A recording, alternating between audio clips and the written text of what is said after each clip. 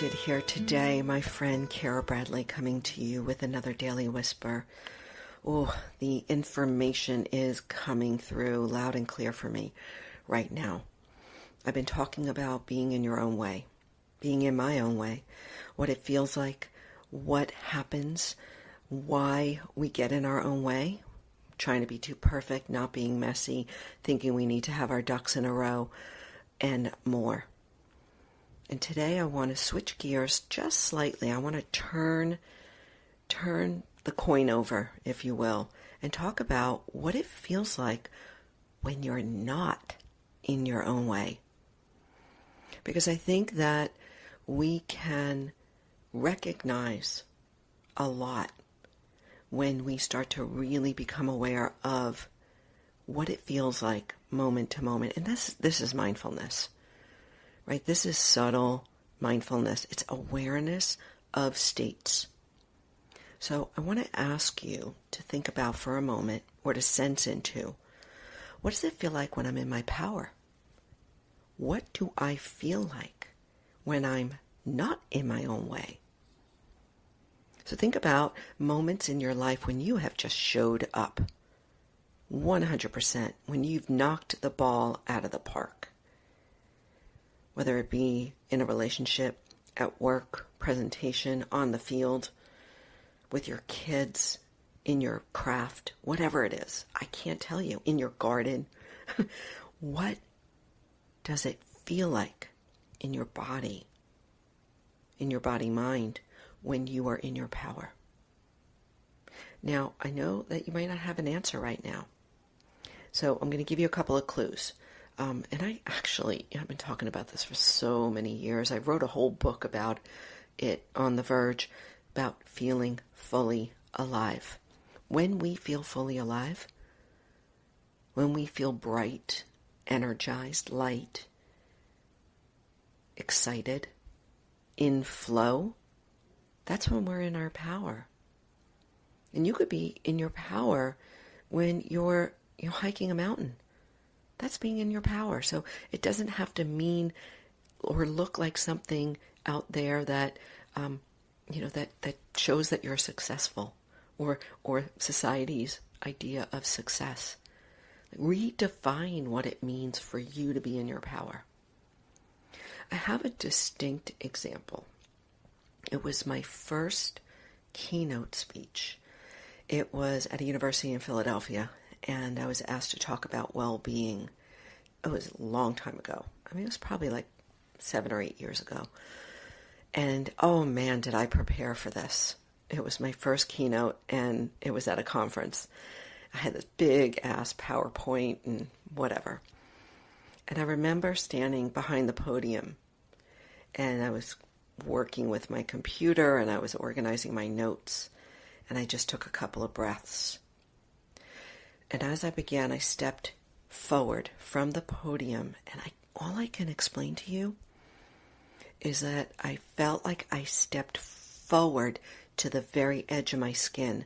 It was as if all of my body, all of my being filled the space of who I am. Now, I know that might sound out there, but that's really what it felt like. It felt like I was filled to the brim with me. Like I had stepped into a moment that I was prepared for, that I had worked for, that I wanted, that I was in alignment with my soul's purpose. And there I was. Now, you may not relate to that. If you've never stepped on stage or performed, if you've been a performer, you may get what I'm saying. But here's the thing, it's happening to us all the time. When we show up for a friend in need, and we're able to get out of our own way and show up for that person fully, to hear, to listen, to offer love and support. Not advice, not what we think they should do, but truly just be there. There was another time when this happened for me, and it was with my dear friends. Oh man, always hard to talk about. when their son went missing. And again, I write about this, chapter 6 in my book. Their son came in, who was 13 at the time, went missing. And my husband and I were first there. The first people, it was a snowstorm. Oh my gosh, it was horrific. But for 4 days, we were by their sides. And in fact, I was by my friend, next to my friend Becky, for 4 days.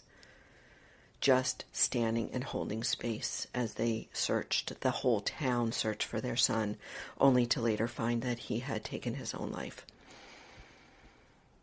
And I know these are two extreme examples, but I felt like I was in my power because I wasn't trying to prove anything to anybody. I was just there holding space, whatever she needed from me. And oftentimes it was in silence. There were no words. I mean, think about it. Two extreme examples of how I feel when I'm in my power. I'm not in my head. I'm in my body, mind. So I hope that you can take some time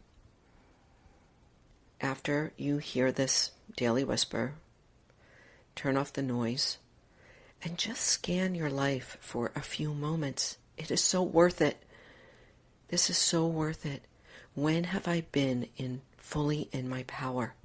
What does it feel like? And you don't have to put words to it. Go into your body. Just remember, your body will remember, will recall what it feels like to show up fully for life in that exact moment. To be there fully for yourself, for someone else, in your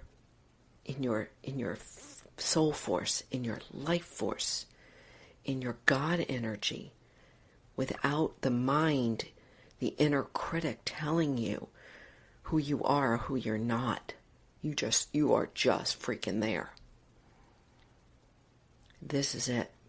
And this is where we want to be working towards, to be in our power more often, because we need each other to be. Guess what? When I'm in my power, it helps you be in your power. When you're in your power, it helps your coworker be in his or her power. As we let our own light shine, we automatically allow others and inspire others to do the same. Marianne Williamson. All right, I got to stop this. I don't have to stop it, but I'm going to, because I made a promise to you to not go on too long. But I really feel strongly about this, and I look forward to continuing this conversation.